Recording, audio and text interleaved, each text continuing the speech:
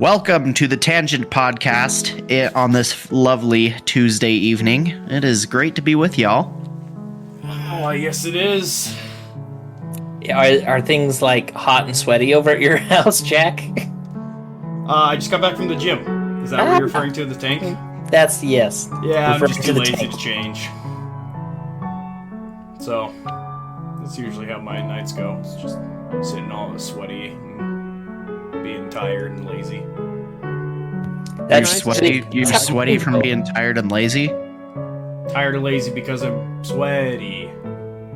I'm saying that's pretty much my nights without going to the gym. It's a good time. Well, we do have a very special guest on the pod tonight. My wonderful cousin Dez. He also is a fellow podcaster and awesome musician. So, Dez, welcome to the podcast. If you want to introduce yourself, go right ahead. Hey, I'm Des Troy, everybody. I'm from Circle Pit Radio, the greatest podcast network on the planet, from right here in the heavy music underground of Salt Lake City, Utah. We just, make all kinds of great, mostly hilarious podcasts. You can learn about the underground scene or the history of horror movies, or just listen to us be drunk and banter. It's not for kids also, just yet. But look it up, circlepitradio.com. It's all of our stuff. And my band is Disengaged. We're a death metal band. And Disengaged everywhere. Check it out. Nice. Their band is legit. I will say that. Death metal, usually not my thing, but they're very talented. Very good. Des, I'm curious. What do you play? Guitar, drums? What do you do? Give him a preview. Oh my gosh! That's Okay. All right. I thought I was possessed for a moment. I got scared. That caught me off guard. I'm not gonna lie. Paranormal podcast just got very real. That was awesome. It just got real paranormal. Okay, now answer me this. Thank do you you. ever get I don't know, after you do that for like an hour, do you just like lose your voice, or is that just like easy for you? If you do it correctly, you don't lose your voice anymore. But I have been on the road and will be drinking too much, and I'll get away from my technique, and then I lose my voice and I can't play the next show. Oh. So Crazy. what is the technique with that? Because I can scream like but that's about it. Like that's the extent of my ability to do any form of screaming. It's like it's a different part of your throat than you're thinking. Like you're yelling, "I'm pissed!" Voice is different than your because it's like That's so cool. one. I do those at talking volume, those screams, and it's not like a strain on my voice because it's not huge amounts of air I'm trying to blow through. There's Gotcha. a lot there, but it's just about where you're shooting the voice, I guess. Has anyone ever contacted you to do like a Call of Duty Zombies sound effects at all? No, but if those people are listening, you can. My phone number is 801-577. I'm just kidding. But my email is radionetwork@gmail.com. Nice. Well, it's good to have you on. It's been a while since we've talked to you, so it's nice to have you here. Oh yeah, and I love all this kind of stuff. So any chance I can get the podcast and do it with fam, that's dope. Get your website now. Ooh, I like it. Nice. Does it look like it was made by a high school student? I mean, I work in IT and I've built my own websites before, so a little bit. But I would say if you didn't know, it looks real good. Yeah, that's right. Cool, because I made it and I do not know what I'm doing. Hey, it looks great. Thank you, Oh, squarespace.com. I like this. I'm gonna put this on the screen for everyone else to see, but it's like looks like an album cover, Wrecked. Wrecked podcast. I don't know. It's got like Jack Skellington type art, and then like a Simpsons type art, and then everything type art. It looks sweet. What are the other two on the bottom? So you're Depending upon what version you're looking at, it's either Metalocalypse or King of the Hill. And okay. then the last one is Teen Titans style. Ah, nice. Nice. Classic. Are those all the members of Yeah. your crew? I'm guessing. Yeah, that's everybody on Wrecked Podcast. That's probably our second biggest one next to Assault City, but that one's just an all-over comedy podcast. Wrecked is good. I would highly recommend it. I've been listening to it, and it is a hoot. Again, not for kids. So quite vulgar. Yes. There you go. But I like that you said album cover because we do try to make most of our podcasts covers based off of famous album covers. The That Bites cover, like the tattoos, I can like see like the NES controller and the Triforce and all the dice, like D5 up to D20 or whatever. It's a good detail. That Very one good is- detail. That one is super cool because it's made by one of the podcasters who's on there. Their name is Gray. If you want to check out their art, Corvid with a K on everything. Check out all their art. They do some really great stuff. And that one's based off a Blink-182 album cover. Nice. Okay, yeah.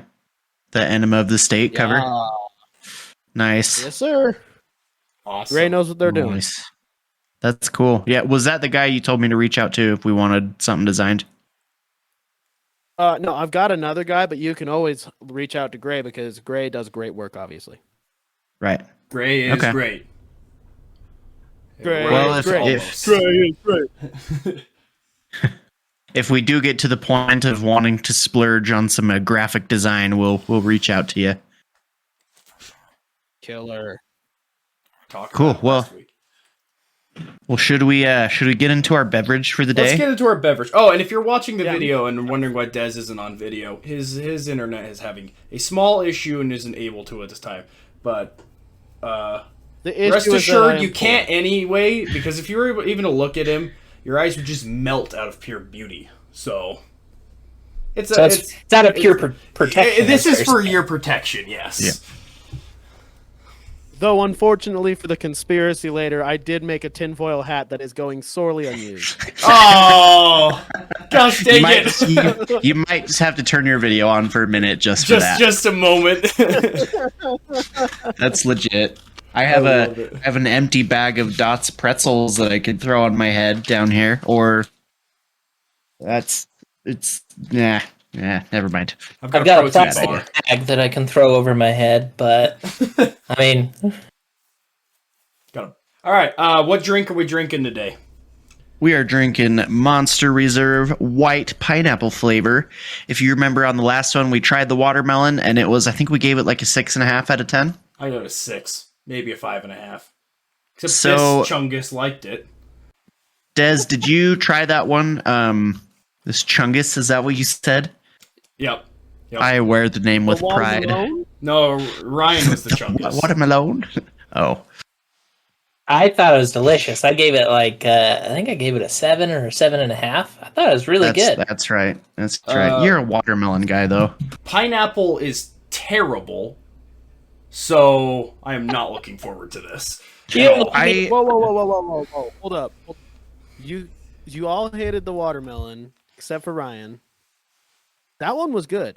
I didn't hate it. I gave it a 6. I didn't dislike it, but I didn't like it either. I drank the whole thing, but I'm never gonna buy it again. See, I don't mind pineapple. Like, have you guys tried the white gummy bear flavored rain? Yeah, that one's good. Yeah. That's true. You got me there. That's pineapple flavor.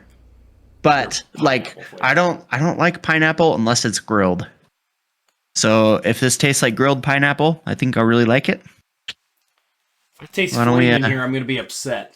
Now I do have that drink in my fridge, but I'm not gonna drink it because this morning I had a Monster, and then at lunch we went to House of Pop where I got a night shift nurse. Freaking delicious, It is delicious for sure. which has another Monster in it, and I have freaking had way too much caffeine today.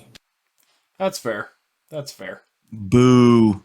I purposely avoid pop and soda and everything all Tuesdays, so That's I so can yeah, drink me this. too. Well, let's Oh, crack it smells this like bad boy pineapple. open. What did you expect?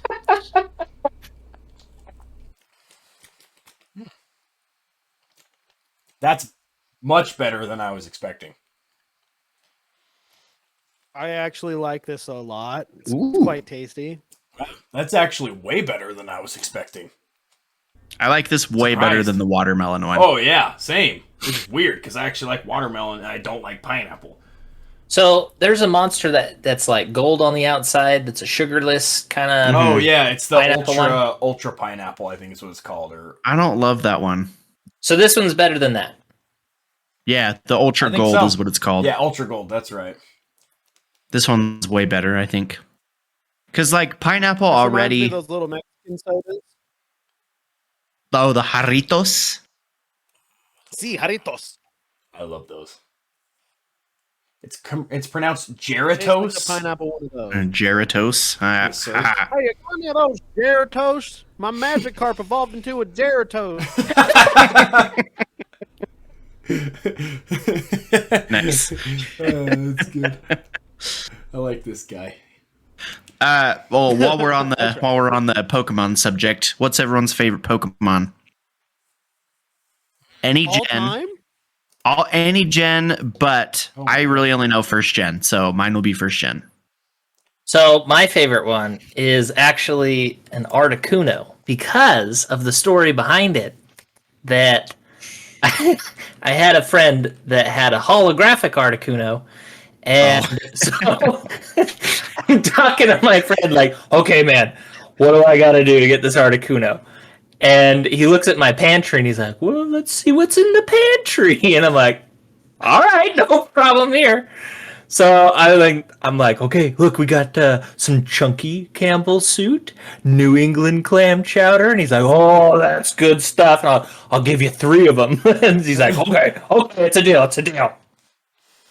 You traded soup for this card? Soup, like this is the classic case in the Bible of the guy selling his birthright for soup. Same thing. Whoa, You still have the card? Hold up. An Articuno, that's worth way more than 3 cans of soup. That's 5, yeah. 6 tops.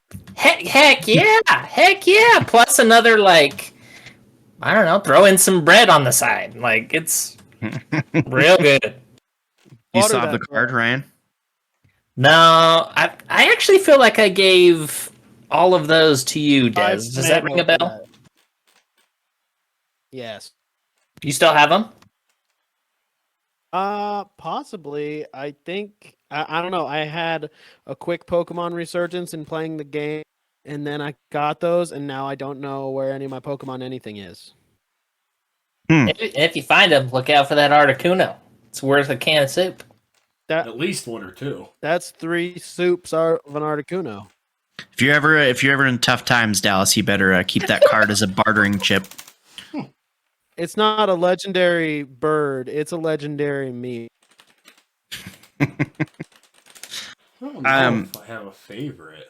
So Brian's is Articuno. Mine is probably either Scyther, because he's just awesome, Scyther is awesome. or what's his name? I just lost his name. Aerodactyl. I got 2. I got Charmander because he's a dinosaur on fire. That's and What then more do you need? Rhyhorn because Rhyhorn was the Rhyhorn. first Pokemon, and I love rhinos. So Was there he you go. really the first they designed? Yeah, he's the first ever designed Pokemon, which is why in the game, like, there's so many statues of him, and like the little Interesting. icon for certain types of Pokemon is the Rhyhorn icon. Interesting. I'm a big fan of Lickitung. Lickitung, huh? Lickitung's a good one. Just because... Bit of a pervert, this guy. No, let's see. I got a couple that I really like. I like Doug Trio. You Oh, need you're bringing it up, aren't you? you I'm got bringing it up. You gotta see this. Des, I don't know if you've ever seen this Send before. it in Let me. the chat. Oh yeah, I'll the post chat it in the. Let me Is it let me three throw it little in the men Discord underground chat. hugging? Yeah. Yes. Yep, that's the Of one. course, I've seen it. I need to 3D print that.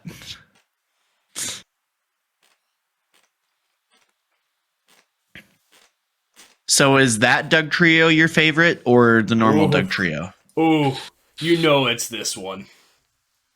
Look how glistening and ripped they are. And bulging.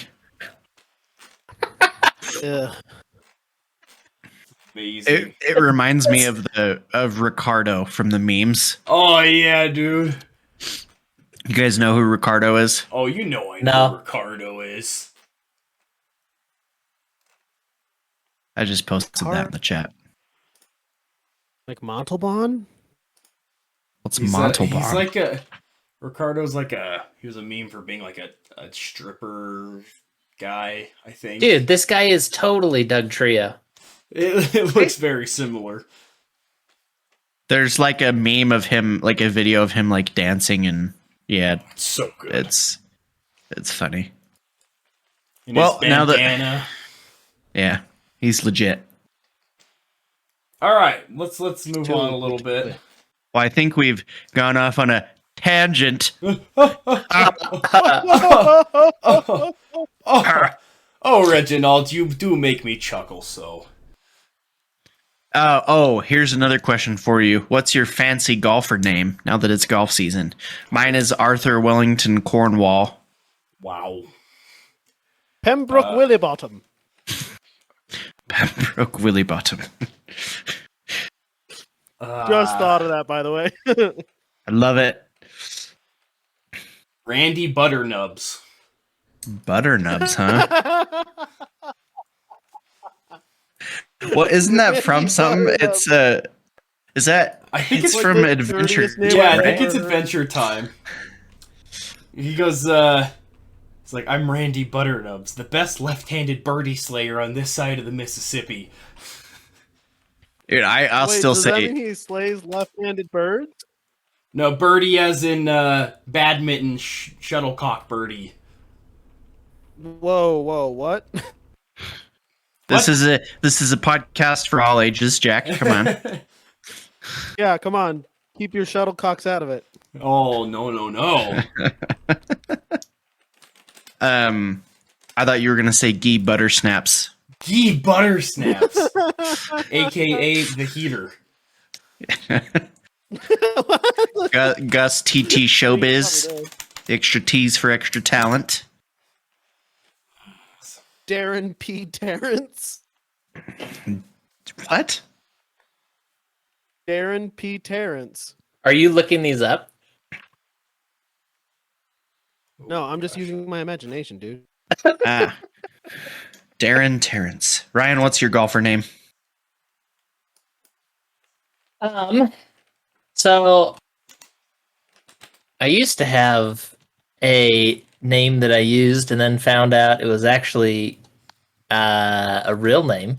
It was, for a while I was using Brett Kavanaugh. It's like such a freaking rich name, and then he's a Supreme Court justice.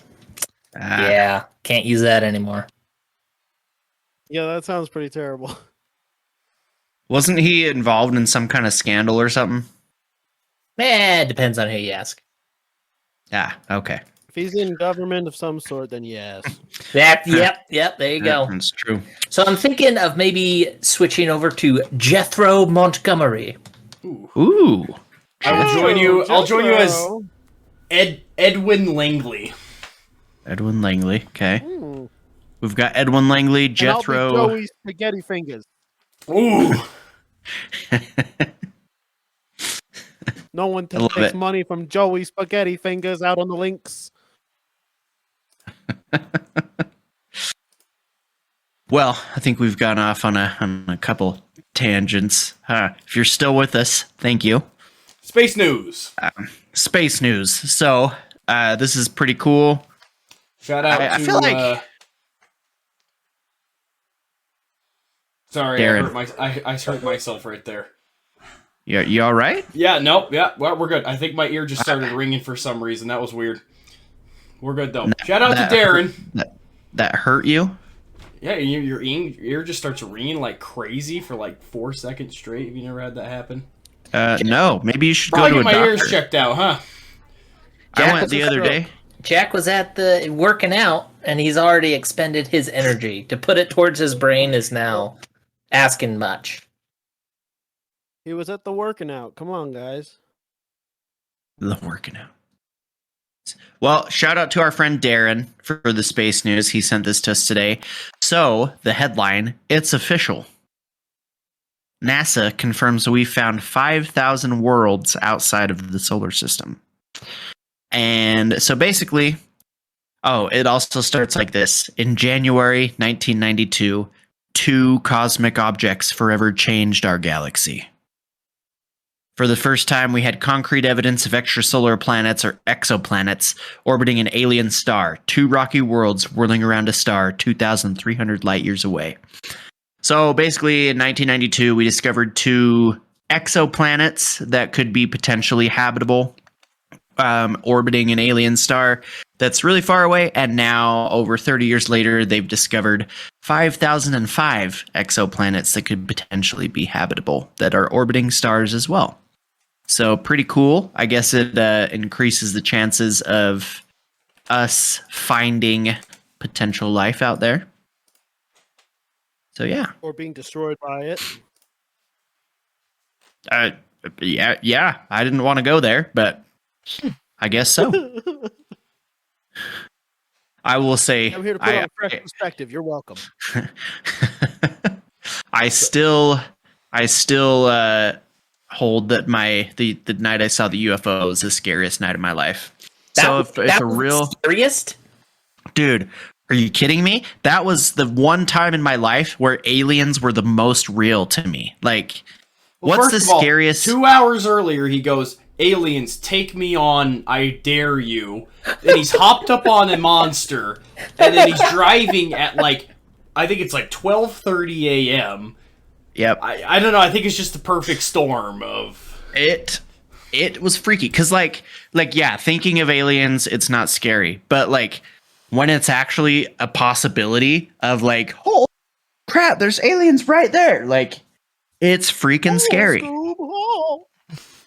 Now, okay, but that was even scarier than your whole.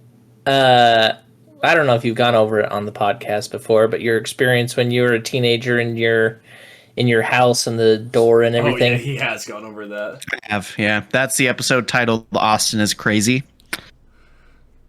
Oh, yeah, I think that's the one. Yep. So that wasn't a scarier night. Well, that was pretty scary, but ghosts, I don't know, ghosts you can't see, you don't really know what it is. If aliens came and you see aliens and they're physical and they're right there, that's way scarier to me than a ghost. Even just the prospect of it. Because, a ghost, yeah, I see it, but, I'm still here on the planet. An alien could take me away millions of light years away, and I could die in outer space. Probe my butthole. My rectum would be... Or vaporize me, a la Mars Attacks. yeah. The world's they're blending up people and spraying it over everything. Yeah, see, that scared aliens, the crap out of me. Aliens to me way scarier than ghosts, honestly. Real aliens, perfectly respectable beings that come in and they want to break bread with you or whatever they eat. Here's the thing. Here's the thing, Ryan. When you first see an alien being that you've never seen before and you know they're from a different planet, are you really gonna be in the right mindset to be are you here to break bread with me or are you here to probe my butthole? I don't know. Because bread me over said bread. If like a delicious jelly. Yeah, I'd be a great jam or a marmalade. Preserves, jelly. Preserves, yeah. Preserves are my choice, straight up. But Myriad think of about spread. it. Think about it. Honestly, in that moment, seeing an alien, wouldn't that be the freakiest thing to you? You didn't see an alien though. But the prospect was there. I had literally just thrown out a dare to the aliens to get me. Like, I'm sorry. I shouldn't laugh. if you had that happen to you, I bet you would have freaked out too. Like, I am personally way more freaked out by like ghosts or poltergeists. Like that would freak the crap out of me. here's the thing: those are I'm still pretty sure I scary. could take a ghost. How would you take the ghost? I'm curious. Well, several methods. Number one, I would start with like reasoning. I would be like, listen, ghost, you tell me what you need and I'll help you out. You know, you want me to give you some food? You want me to leave this place forever? I could be your teammate here. You don't need to fight me. Like, I'm willing to do whatever it is you want. Yeah, I'm trying to help. Number two, I have an extensive background with, like the religious practices of getting a ghost out. Mormon on my mom's side, Catholic on my dad's side. All power of the Christ compels you him away. And, I've seen people do the prayers for the Melchizedek priesthood. I got this. And then, you know what else I could do? Little voodoo head. I've got a fake shrunken head around here. If not, that'll scare him. All right, so let me get this straight. Step 1, reason with the ghost. Step 2, if that doesn't work and the ghost is not in a reasonable mood, then you will attempt to cast it out. Step 3 is to banish him. Okay. Step 3 is to throw a shrunken head at said ghost. Am I hearing that correctly? While screaming like a girl in the fetal position. There it is. Because at that point, if the exorcism or whatever didn't work, the banishing, whatever religion you're in, I'm screwed. So throwing the head and crying is just my last attempt. I'm skipping straight to step 3, if I'm being serious. Throw the head and cry. Throw ahead and cry, yep. Or I put on a wig and do. pretend I'm not me. Oh, he just left. I think he's the next think house he's just- over, you actually. You just missed him. I do appreciate that your first step would be to reason with it though, and have an intelligent conversation. Most things All can right. be solved non-violently. Cool. Well, Counter. yes, sir. Alrighty, hold on, I'm getting a lot of things popping up, so let me close Ubisoft really quick. Dang, Ubisoft always wanting to update and That's friends keep getting online. updating. Alright, let's see. Where did I put it? Here it is. Y'all ready for this one titled, What Did I Witness? Sure. Let's see what we got here. Alright. Why is Austin dying? So I hear Jack talking it in the background. I just hear Elmo's world. Jack, you went. Because he went, da-da-da-da-da. I don't know why that was so funny. Okay, sorry. Continue. Okay. Again titled, What Did I Witness? And it goes as follows. My family owned property in western Pennsylvania, close to the point where Pennsylvania, West Virginia, and Maryland all connect. Very. Sorry, What? you said West Virginia. Sorry. Go ahead. Very, very rural area in the Allegheny Mountains. Allegheny Mountains? I don't know. Allegheny, I think. Allegheny, got it. The property was large, with a cabin set back in the woods behind a large pasture. My cousins and I would play in the pastures all the way into the night, and when the hay was high, we would hide from our parents there because we thought it was funny, kids being kids. One night, in mid to late summer, my two cousins and I were doing the exact things mentioned above. For anyone who has lived in a wide open rural area, a clear sky and a full moon at night can provide a lot of nocturnal visibility. This night happened to be one of those. We were hiding in the hay about 300 yards from the house when we all heard heavy rustling. The area is known for its bears, so I kneeled up over the hay to see what was around me. About 50 feet from me, something bipedal began to stand up.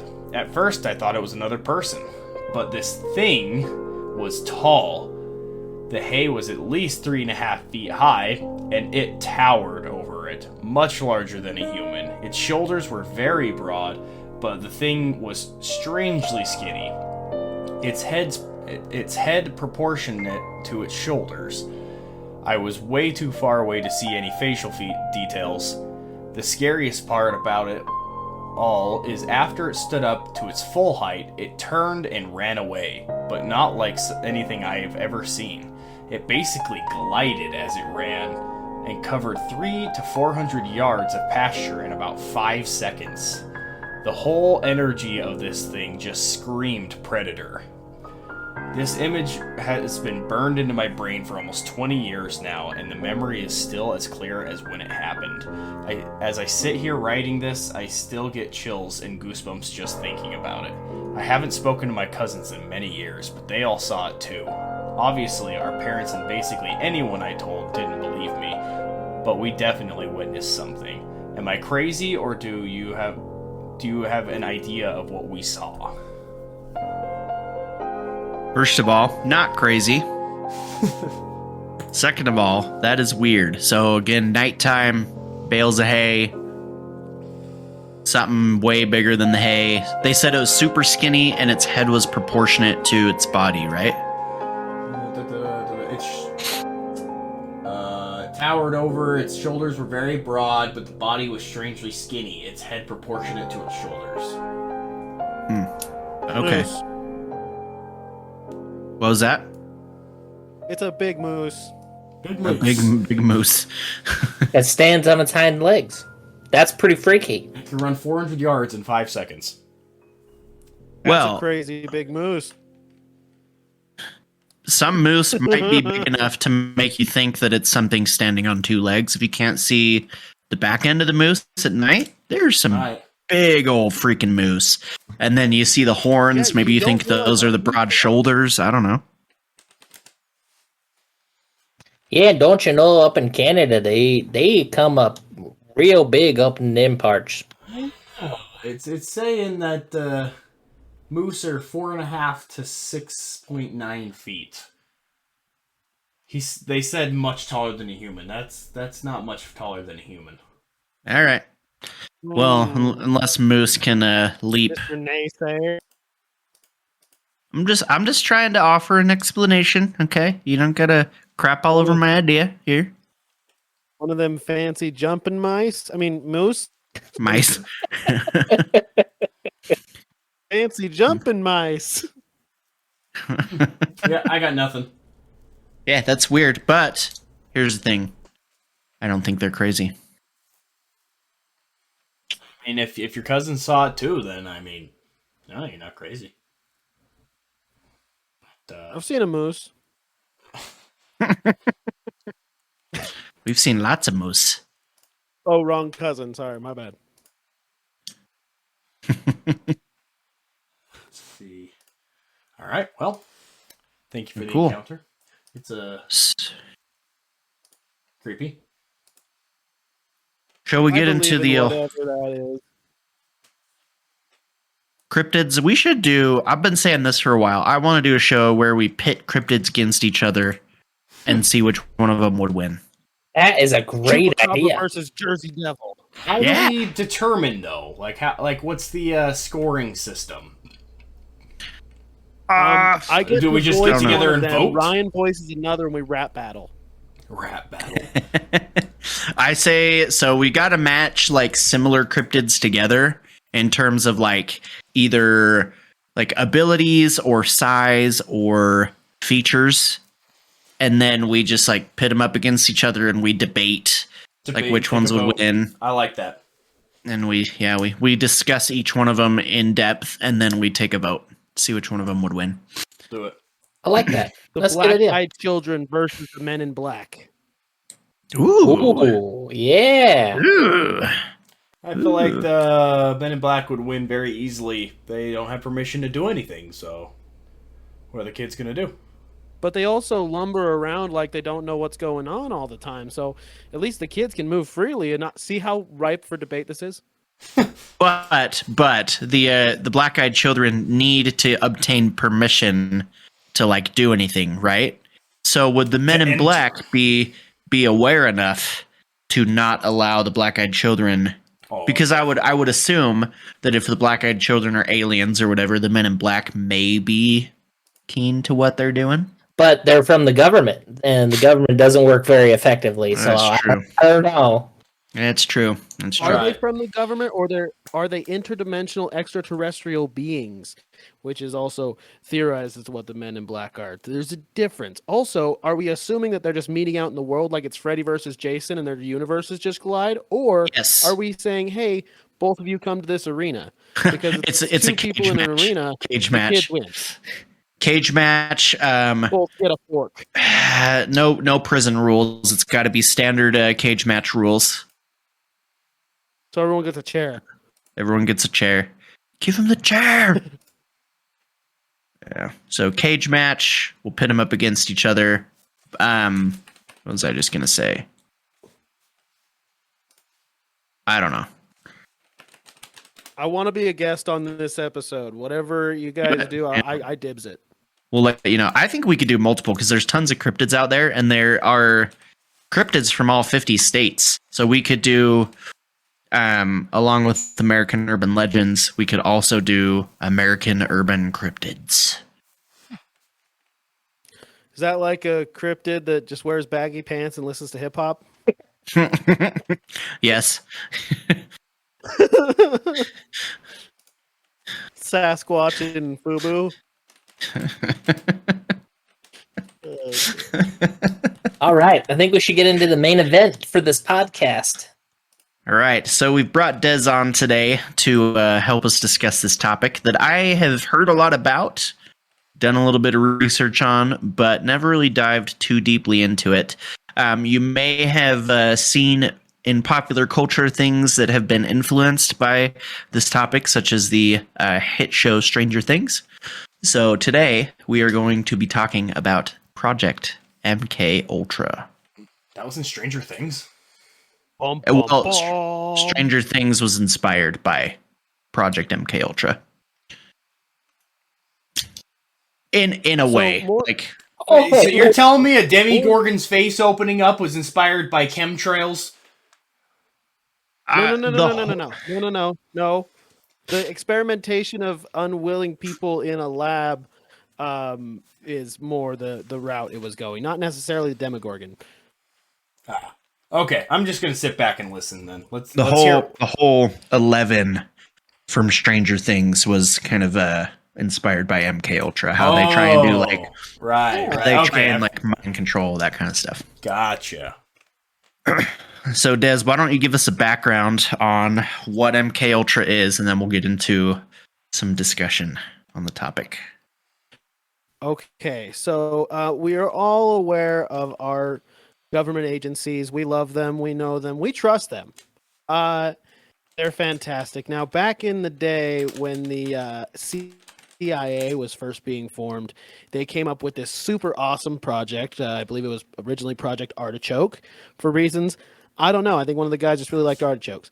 But the idea was to figure out how to brainwash people, how to pretty much make a super soldier. Like, did you ever anyone here see Zoolander? Yes. Been a while, but yes. No. Okay, so how they're exactly they put on that relax song and it's a trigger and it makes him go kill the prime minister or whatever. That's pretty much what they were trying to do. Or the Manchurian Candidate is a super popular reference that came from the MK Ultra experiments. But Sleeper cell the most agents. interesting thing about it, yes, exactly. The most interesting part of it, for me at least, is they experimented a lot and tortured random people with acid, LSD, lysergic acid diethylamide. My friends, it's drugs. You know, I'll say that whichever guy was first coming up with Project Bluebird, which came before Project Artichoke and Artichoke, clearly they fired the guy and they really stepped up their game with a new guy that called the project Project MK Ultra. Yeah, for real. That's like the dopest name. Let's be real. There's some cool Straight up. project names out there, yeah. But Project so MK they were Ultra like is legit. trying to wipe people's minds, and they had a lot of volunteers and stuff. A lot of them from the military that basically didn't know what they were signing up for, but they did things like poison an entire city in California and give a bunch of kidnapped people a bunch of LSD and assault them. It was ridiculous, and I don't imagine, but I don't know if you guys have any experience with LSD and other such illicit drugs. Not something you want to be attacked on. I'll tell you that much. I believe it. So Des, I would assume from what you've just said that you have had experience with LSD. Is that correct? If what you're Allegedly. asking is my third eye open to the universe and its secrets? Yes, sir. All right. I have experimented with chemicals before, a lot, and and I can tell you, like, there is something to experimenting with acid specifically, like for these purposes. I get it, but there is no way really to wipe and then rewire a brain, and if you're gonna do it, the way is not 100% not acid, man, because all acid's gonna make you want to do is like sing songs with your brother and realize that we are the trees, brother. And maybe make some cool rock and roll. So I have a buddy that did acid one time and went on a super trip and apparently talked to Sasquatch and went on an adventure and then woke up like half naked in the middle of a field. So that's the only acid trip experience that I've heard firsthand, but I wanted to hear your thoughts on like what acid was like. So thank you for sharing. Appreciate that. Oh, listen, kids, I have just scratched the surface. Okay. Number one, there can be times where you're like end up in the middle of a field naked. Hadn't happened to me, but I've heard of it. But there's also times when I just decide to sit down and watch the latest Disney film because the colors make me feel happy. Like it ranges. Also, an incredible thing that they did with this is created the entire counterculture that the government hated. All these people they would experiment on with LSD would go out and create the art and change the world in ways like, had the government not released LSD into the populace, which they did, they gave it to all the hippies in Haight-Ashbury. You know about that? That was them. That was the government creating their own counterculture that would later defeat them. If we didn't have LSD, a band like the Stooges never would have happened. They were 100% fueled and changed by LSD. And without them, no punk rock. No punk rock, no Western culture as we know it, kids. Like, the government gave us acid, and thusly giving us hippies, changing.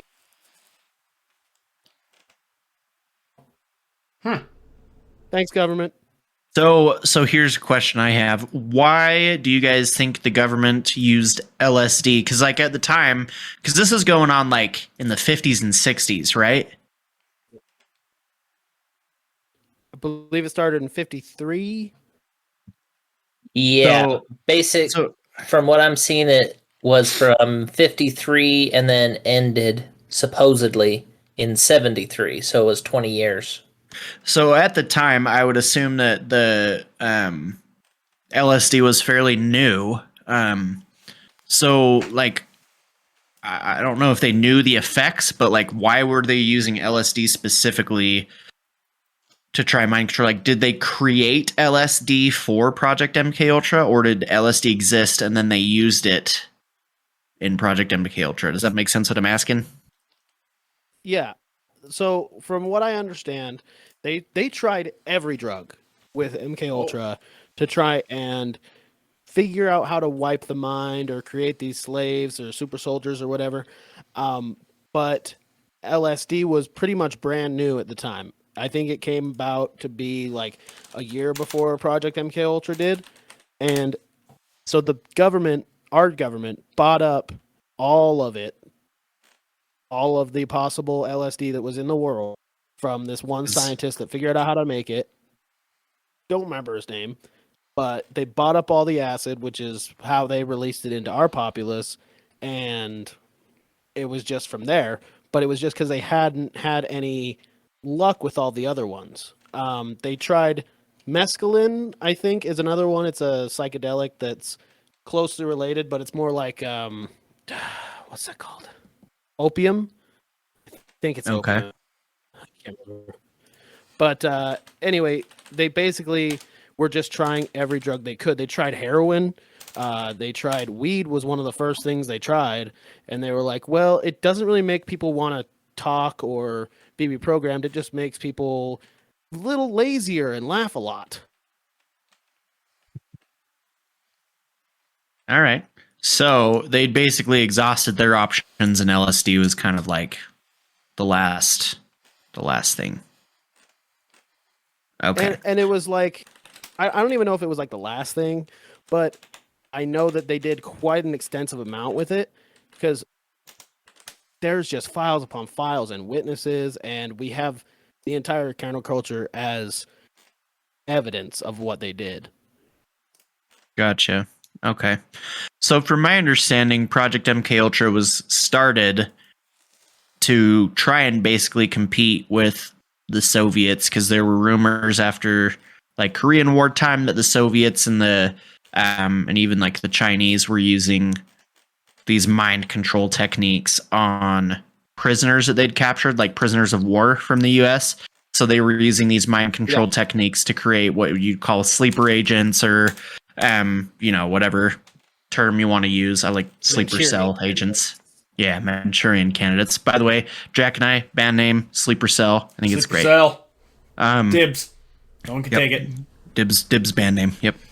So that's my understanding, is that it was started as this kind of competition with the Soviets, which at this time the Cold War began. It began in the 50s, after the Korean War.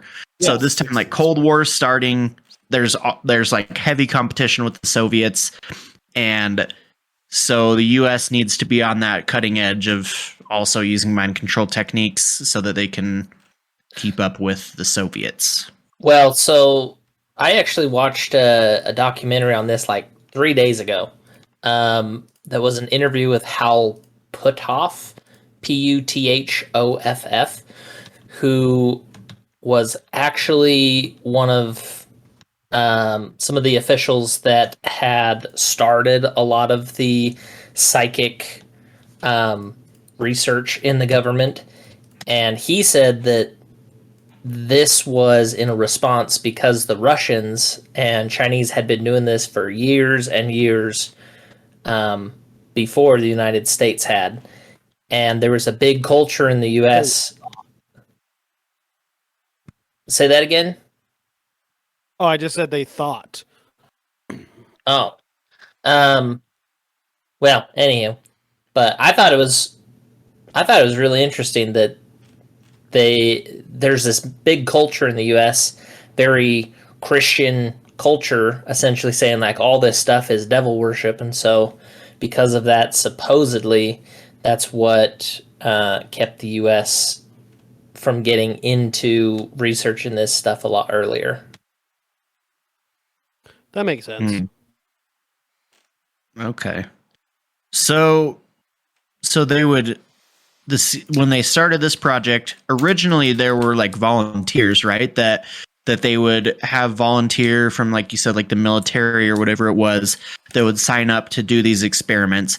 But pretty soon they were like running out of volunteers, right? So they just started kidnapping people, or they'd take like homeless people off the street and just drug them with LSD and test the effects. Am I correct in saying that?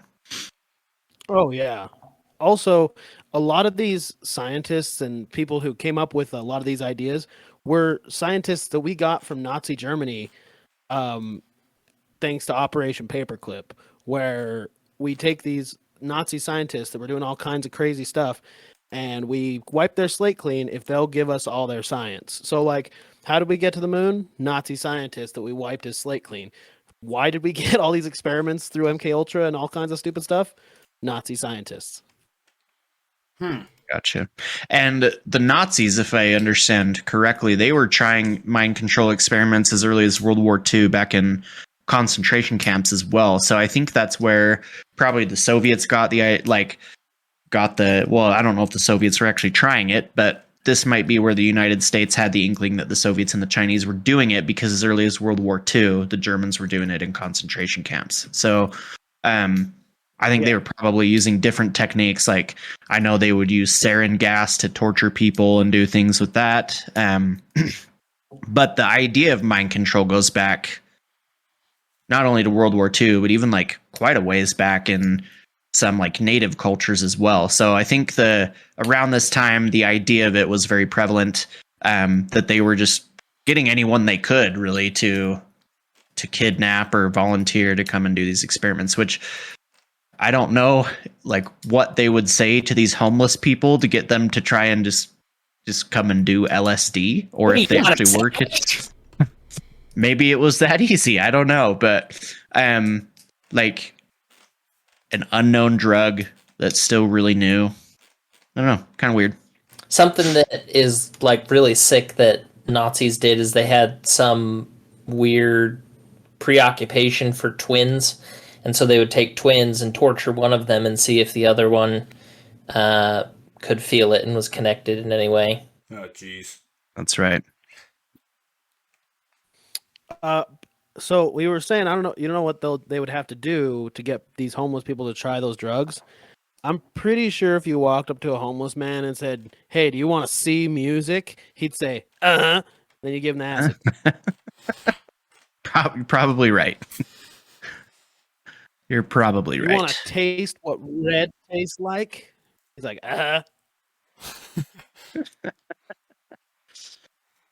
So again, to recap, CIA wants to do mind control. So they're using LSD and drugging people and trying to basically wipe their brains clean so that they can then brainwash them or control what they put into their minds at that point. Which sounds nuts, but really, if you look into everything they did with MK Ultra, like these files are all public. It's all real, and this is 100% actually happened facts. But we only have so much of the information of what happened, because as soon as it came out and became public, a bunch of the files were burned because they were ordered to be burned. So if what we got is this bad, what happened in those burned files, man? Like, that's what's awful. And it's the ultimate conspiracy, because it leaves such an open end because of what we know was so terrible. What could be so bad? And that's why when people are like, yeah, dude, JFK Jr. is coming back from the dead and he's running for president alongside the guy from The Apprentice, doesn't sound so crazy after you tell everybody that the government gave us all a bunch of acid in the 60s and created punk rock. Des, do you know any additional information about how Charles Manson, the famous murderer, is connected to MK Ultra?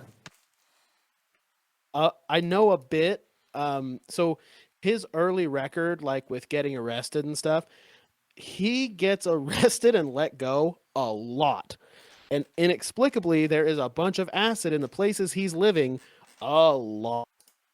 So, I mean, people are connecting the dots and thinking that the government pumped him full of a bunch of free acid to drive those hippies. And we know that the LSD they were taking before they went out and did the Sharon Tate LaBianca murders was government acid. It was Orange Dream, I believe it's called. And that is like acid today is maybe 100th as strong as it was back then. Jeez. And so they pretty much just put these drugs out into all these hippies and we're like, let's see what they do. So yeah, and what happened was something super gruesome and blood. I mean, it would make sense to me that for how far that the government is willing to push this experiment. Obviously, if they're testing every kind of drug that's out there, most likely people are dying during these experiments, and so there's no limit to how far that they're willing to go to in this experiment. So it's not. It's to me, it's not surprising if he was a part of it, and he is committing these murders, that maybe the government is looking at this as like, oh, we're actually getting close to how we can program someone's mind to go into that murder state so that we can create these sleeper cell soldiers or whoever in other countries. That's, I agree. Like, it's kind of, it makes it more believable that all you need really is a cult of personality like Charles Manson. You know, he was just, I say this, it's a negative, but it sounds like a positive. He was a very charismatic dude, much like, say, a Hitler was, where he could get you to do stuff and say things maybe you shouldn't. And, like, interestingly enough, Charles Manson never committed a single murder, but That's crazy. he's the one who incited all the violence. He's the one who pushed it and made it all happen, but he never actually killed anybody. I think the blood is just as much on our government's hands. If the acid they were all doing came from the government, it's just as much on their hands as it is on Charlie's. Luckily, Charlie's dead, so screw him. Right. Well, I don't doubt. Yeah, I've heard a lot of connections between Manson and MK Ultra, so that is an interesting kind of side note on MK Ultra. Ryan, did you have any other thoughts on that? You kind of brought it up. I didn't know if you wanted to riff on it more. Or... Well, I don't know, because this particularly, in my opinion, kind of seems to be a similar pattern. If some of the conspiracy things around Jeffrey Epstein are true. So supposedly what Jeffrey Epstein is that he's rumored to be higher up in the intelligence community. So was the government using Jeffrey Epstein in order to get at other wealthy and powerful people in the world? And is that why Jeffrey Epstein got off the hook so many times? Is that very similar to Charles Manson, where Charles Manson is essentially working as a test subject or potentially working under a government handler and then just keeps getting let off the hook? So in general, to me, what is so creepy about MK Ultra, not even creepy doesn't even come close. What is so freaking scary is that, in my opinion, MK Ultra shows that the government has no limitations. Because under what circumstances would a project like this be approved by anyone? And so the government can pretty much... the roof. Yeah, yeah, gotta... But I mean, the whole thing is just, in my opinion, probably put more distrust for me in the government than anything else that I'd ever learned about. Well, you're welcome. Now you get to live with this terrifying information I've had for years. Welcome to the Crazy Club. It's super fun. It's just the whole, if this is what they are telling us, what aren't they telling us? Exactly, and now the My Pillow guy is gonna be Secretary of State. Hello? Is that true? What you talking about? No, he's, for some reason, I think he's good friends with the former president, so I just want it to be fun. But just think Gotcha. how well we'll sleep. Just think about that. Those pillows, I hear, are mighty Didn't he go to prison for like forever for some scandal or something? I think it was for selling coke. He did do cocaine before he was selling. Actually, during the beginning part of selling pillows, but yeah, He was selling pillows, huh? Don't mind that white stuff coming off of those. That's just pillow dust. It's pillow dust. Every pillow comes with pillow dust. Pillow dust, yeah. Pillow dust. I got some pillow dust on my face. One second.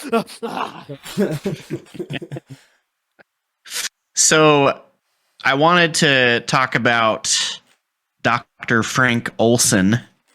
Did you guys research much about Dr. Frank Olson on this? What? Why don't you tell us? I believe his sisters were in Full House. So The show? yeah, that is a Olsen twins joke. Not fact. Carry on, Austin. That landed like an aircraft carrying Buddy Holly. Oh. Oh. Okay, so Dr. Frank Olson. Dallas, do you know much about Frank Olson? Yeah, I know a little bit, but what are you going to go off on? So this was just a very interesting, if MK Ultra already wasn't shady enough, this is another wrench thrown into the story. So Dr. Sidney Olson. So basically, well, not Sidney Olson. Sorry, it's Dr. Sidney Gottlieb. He was kind of the founder and head of MK Ultra. He was a CIA scientist. Sidney Gottlieb, yes. And so in I believe it was 1953, he had a meeting with like all these CIA doctors and scientists, and Sidney Gottlieb covertly drugged them all with LSD. So they didn't know they were taking it, but he drugged them all with LSD. And then he told them like a few minutes after they had been drugged with it that he drugged them all with LSD. And so this guy, Frank Olson, he had worked at Fort Detrick in Maryland, which was like a top secret base where they were researching biological warfare stuff. So he was like really deep into military research and things like that. And he had originally gone to New York to see a psychiatrist in the company of a CIA escort. And so he was so new information came to light about his death. So his death, he fell out of a hotel window. So right after he was drugged with the LSD, he went home, and 2 days later he told his wife that he had made this grave mistake, and his wife didn't really know what he was talking about. But so he had been drugged with LSD, and I think he felt the effects of the LSD and like knew what the Project MK Ultra actually was at that point, since he was kind of a test subject. And so he was having regrets, and he called his wife and he said he'd made this terrible mistake. And so then he was staying in a hotel with another guy who was in the CIA. And that night at like 2 a.m., he just fell out of his hotel window onto the sidewalk and died. And so some new evidence came out in 1975. So the Sun never believed that it was ruled a suicide. Because the hotel room that he was in, like when the cop showed up, the guy that he was with, who was another military guy, he was just like sitting on the toilet in the bathroom, chilling.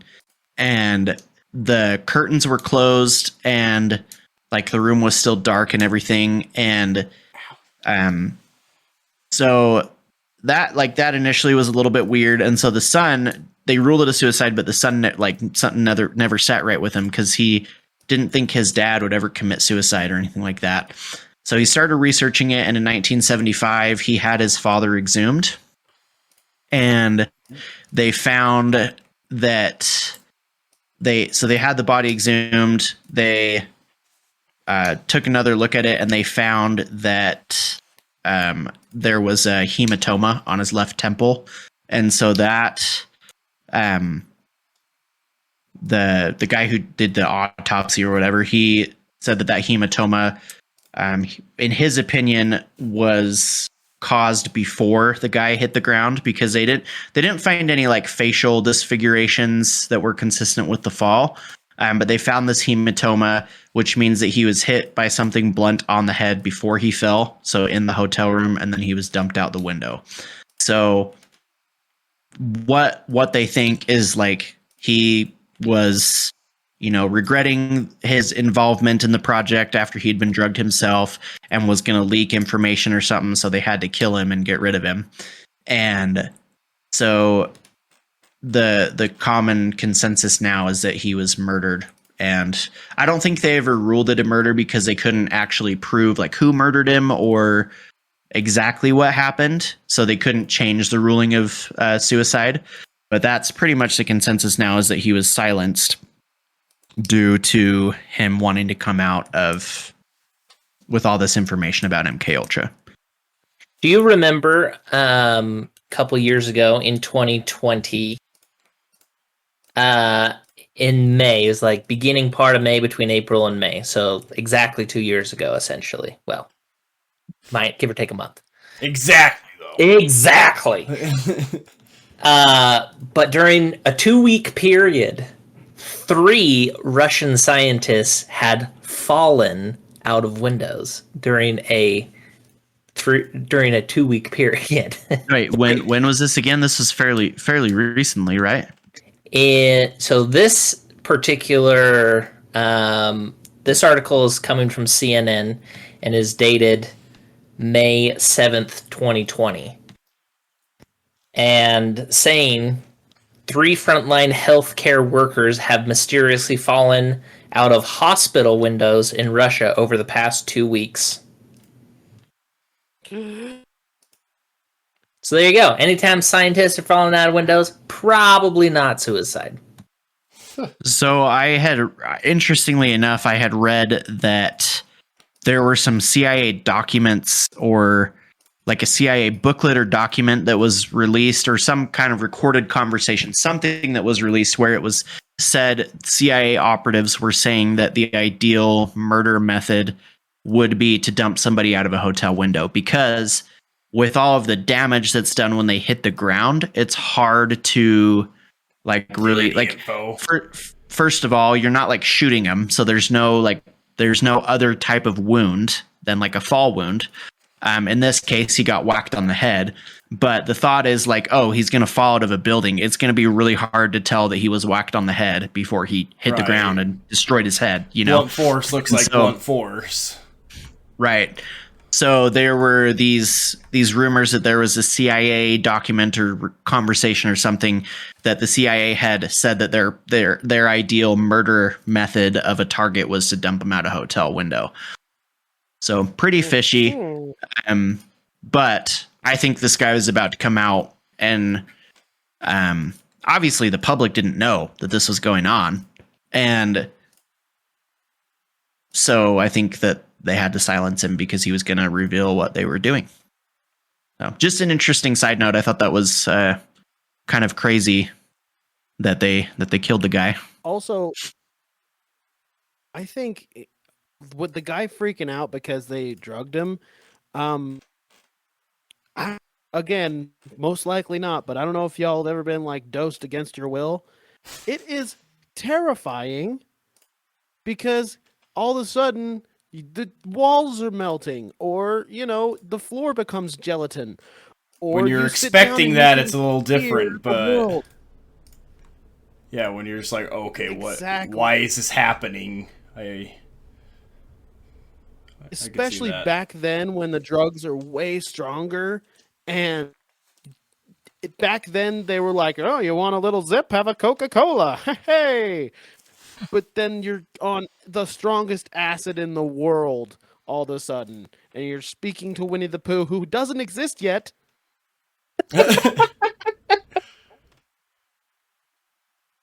Like, I would also be a little bit. Yeah, that's fair. So sorry. Interesting side note on Frank Olson. So for 22 years, the family, like the story they had been told is that he jumped, and then 2 days later, the casket was delivered to the family. So the story they were told was suicide, obviously, and the family was heavily discouraged from viewing the body because they said that he had suffered so many different disfiguring injuries and like facial injuries that they didn't want them to see him like that. So the government like stopped him from seeing the body, and then they buried him 2 days later. So that was all the family knew for 22 years, is that he committed suicide. The son obviously didn't really believe it. I don't know how the rest of the family felt. But so then again, 1975, there was a 2-paragraph account of an army scientist who had been unwittingly given LSD and died from a fall from a hotel window. So this guy, this information came out. So this information came out around the time that, so Gerald Ford was president, and there was some rumors going around that the CIA was doing a lot of illegal activity within the U.S. So I think this is probably around the time that the CIA got involved with like the coke trade and everything that the CIA is involved with. So when this information came out, like within 10 days of this information getting released, of the report of this guy falling from the hotel room. So this wasn't public information. So this information gets released like 22 years later, and the president calls the family into the Oval Office, and he gives them like a personal apology on behalf of the U.S. for Olson's wrongful death. And then within a year, the family received $750,000 settlement. But they had to sign a release saying like they were going to release any claims against the U.S. government. So basically, the U.S. government acknowledged that it was a wrongful death and paid out $750,000 in exchange for the family signing away any like legal action against the U.S. So if that doesn't say that they were in some shady crap, I don't know what does. Like, yeah, seriously, the government saying, "Hey, we'll pay you off and like don't sue us. We'll make it worth your while." As much as I think that yes, there's all this shady crap like I was talking about before, I do think that there's still something to be said that it's just way easier to just pay people off, even if there is nothing that like really happened, just to avoid any potential stuff. Like people get paid off. Exactly. People get paid off all the time. So I don't think it's necessarily like the nail in the coffin to say that this is the government proof that the government did something. What I do think is proof is the documents, but then also the government did take responsibility for his death at a minimum. Very fishy. So this went on until 1973, when, oddly enough, Sidney Gottlieb, the guy who kind of headed all this, retired from the CIA, claiming that his work had no positive effect. So he just ended up retiring. That is some heavy dedication to continue drugging people for 22 years. Like imagine, so after 22 years, he says his work had no positive effect. Wouldn't you realize that after like a couple of months or 1 year? Maybe like, a week? why give it 22 years if your work is not going anywhere? Like at that point, what are you in it for? Gotta try. And after all that time, drugs. he just kind of shrugged and went, whoopsie. Yeah. Like no legal action was brought against anyone, as far as I know, that was involved in MK Ultra, which is pretty absurd to me. But then again, if the CIA is involved, obviously, like the White House probably knows about it and is involved to some extent. So legal action is going to be hard to come by. And they just like, when it did come out to be public and a lot of the documents were, it kills me inside to not know what any of that is. Like, there is so much more of this horrible, horrible thing that happened to a lot of people that we don't even know about. Like, are bananas even real? Are birds real? Don't you? Birds aren't real. No. Is Is Idaho real? Oh my god, dude. Okay, so with all these crazy experiments and things they did, an offshoot, and I believe this happened in Project Artichoke, specifically. I could be wrong. Don't get mad. They tried to make this cat that was a spy. They sewed a microphone and a recorder into a cat, but they didn't like figure out how to train it or anything. So they were like, "All right, let's go and spy on these people over here." And they send the cat out there. I did the German voice because it's a Nazi scientist, obviously. And they're like, "Go spy on these people over here. We need to learn about them for the glory of our new country, America." And they go over there, and the cat's like, "Meow, meow," right? And then no training, cat just walks off. They can't control it. Walks out in the street, boom, hit by a truck. Jeez. One might say it's like Hundreds of herding thousands cats. of tax dollars. Exactly. Oh goodness. I saw that there was a, speaking of useless tax dollars, there was a project at like MIT or some prestigious university where they were trying, it was basically getting mice to go through a maze and find a piece of cheese, that they spent like over $2 million on a study of seeing like which cheese the mice were able to find the fastest. And there like over $2 million of government funded money was spent on this project of helping mice find the cheese. Like, what? That's here's that sounds fun. here's my I think that the government should post how their tax dollars are being spent. I think that those records should be public. How would we know whether or not the mice still likes the cheese? If they do not, we do not know they still likes the cheese. We have to know if they like the cheese, Austin. We have to know. This is important information. Okay. Vital to national security. I'm sorry. If you want a quick answer, get my daughter right now. She's really into cheese. Give her all the cheeses. She'll tell you which one she likes and which one she doesn't. Right now, it's Munster that she loves. So Munster is good. She calls it monster cheese. So there's that. Pepper Jack, dude. Pepper Jack is the best cheese. Pepper Jack is good. I do like me some Havarti with dill in it. It is delicious. Say my favorite is a smoked Gouda. Smoked Gouda is Ooh, great. Gouda is very good. Oh yeah, it's Gouda is very good. What's your favorite cheese, Ryan? Mine is it's like a horseradish cheddar. It's super good. Ooh. Weird. Head? That stuff's great. Yeah.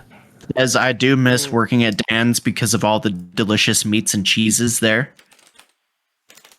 Well, I mean, you have to try them all in order to know what they taste like to tell the customer. Right. That was the best part of the job. Trying cheese. You have to. Meat. I miss it too. I did a lot of necessary testing. You made the company money by eating the cheese. My job was testing fun. of cheeses and deli meats was more effective than the government's 22 years of like kidnapping and hurting people with acid. Agreed. But thanks for punk. They just needed to offer them cheese, and they would have told them all the secrets. So I would have. If you're like, here's some Gouda, I'd be like, all right, sir. Here's what Putin said. do you guys know about Operation Midnight Climax that's involved with MK Ultra? I So believe this that is- happens every Tuesday night when my girlfriend comes over. Hey. So isn't that Oh, wait. is that the one where they had a bunch of prostitutes that they were bringing into a club and then drugging everyone that was in the club? So basically, they had a duplex that they set up in San Francisco. They had like a safe house, and they would have prostitutes get these Johns that. So this is how they got a lot of the recruits for Project MK Ultra, is they would hire these prostitutes to lure men into this like really upscale house or building, and then the prostitutes would drug them with LSD unwittingly. So they weren't consenting to it. So they would give them a big dose of LSD, and then they would sometimes also use other like psychotropics and stuff, like other drugs as well. They were looking for the truth serum, as they say. And so to pair with drugs, they use these prostitutes that would then have sexual relations with the men. And in this building, the CIA had set up. Yes, they had set up also one. What? One thing about that, the copulation end of it. Let me tell you, wow! If you're on a head full of acid, that is, whew, it's like copulating with an alien with 6 heads. Wow. It is. It is both terrifying, arousing, interesting, intriguing, befuddling, if you will, at times. It's a mind blower. Tell you what. Sounds like my honeymoon. Oh, midnight climax. But basically, they were pairing sex with drugs to try and get more information out of the people. So they would hire these prostitutes to They were try and trying to figure out extract. rock and roll. Exactly. Sex, drugs, and rock and roll. So they were basically using these prostitutes to try and extract information. But the gross part is that they would set up one-way mirrors in the houses and they would watch all of this go down. So CIA agents were watching all of this go down as these prostitutes are doing whatever they do to try and extract this information from all these Johns. And this went on for quite a while. So just another side thing of Project MK Ultra involving prostitutes in it all. So The thing you do not understand is that it is for science. It must be for science. or is this? Are we doing Get in accents there tonight? and get on top of him for science. Yes, Yeah, I take don't off know. your pants. This is for science. You will not understand until you have copulations with the alien.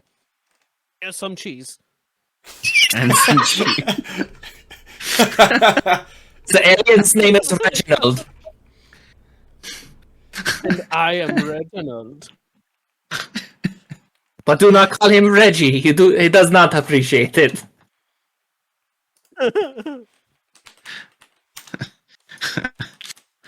So, any other thoughts? Any other thoughts with Project MK Ultra? I think we've pretty well covered it. Pretty well beat I that think- dead horse. Yeah.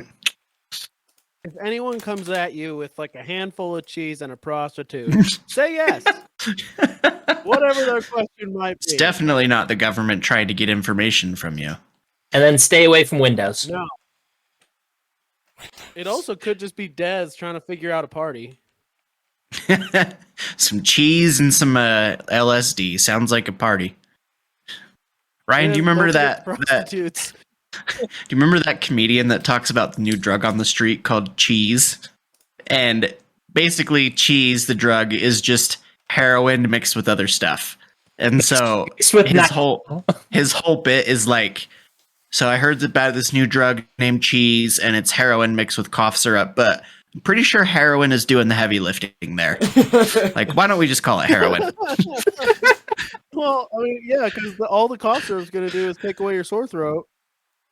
And Maybe you I feel fix- a little groggy afterward, but From personal experience, I can tell you the cough syrup does not heal a broken arm. And to Well, hear is more your about arm that, check broken? out Red Podcast. Yeah, is your arm still broken, Dallas? I'd say it did a pretty good job. No, because when I got home from my dad's house, my mom took me to a doctor. And what did they give you? you can't prove that it didn't work. A cast. I'm pretty sure the cough syrup was doing the heavy lifting. Everyone knows cough syrup is the heroin of arms being broken. It's true. Why don't you break your arm again, take some cough syrup, and let us know how it goes. Let us know. Take some cough syrup, take some heroin, call me in the morning. Heroin. Had it. Oh, man. Well, this was fun. I enjoyed this topic. And here's the thing. If the government was going to this extent to extract... Who knows what... like what kind of information were they trying to get? Because like in this whole Midnight Climax, the purpose was to try and extract information from people. But look how much of a reach the government has towards any information they want today. Like they have everything on us, on everybody. yeah. They've got everything on everybody. Search histories, addresses, names. Like I wonder what the government would have done to get all that information. Like obviously they were going to great lengths to do it back then. And look how readily available that information is today. So that kind of freaks me out. Like, So you're saying that I can tell Midnight Climax never stopped? Midnight Climax never stopped. If you're Can't with stop, me, won't it stop. doesn't have to. I can tell you the extent they would go to is that they will set up many networks of information and then market a device to everyone that they're going to want in their pocket on them at all times to register that information directly into a global database known as a phone. Oh, I thought you were going to say cheese. Known as the Beast. No. That is the extent that the government is willing to go to. They have got us. They got you.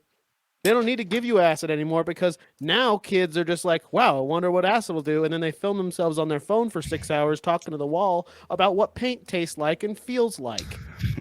So acid.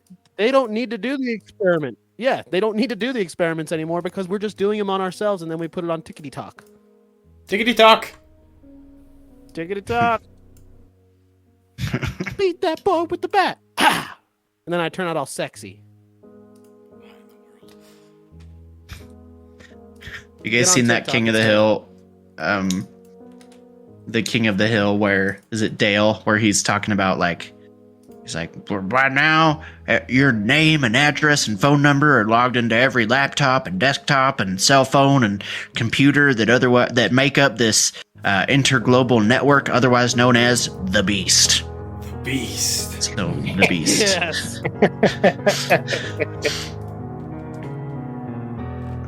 Pocket sand. All right. Well, this was fun. Let us know what you guys think on MK Ultra. I feel learned. Thanks again, Des, for joining us. It's been a pleasure. It's good to have some fresh meat Of on course. Thanks for having me, and please go check out CirclePitRadio.com. I really appreciate it. We got some There you good go. shows. Some of them are educational. Most of them are not. But comedic, so highly recommend. If you're looking to laugh, we're that network for you. We got you. here. There you go. Well, sweet. Let us know what you guys want to hear next time, and we love y'all. Thank you Cheers, so much, friends. guys. Bye. See ya. Peace. Hail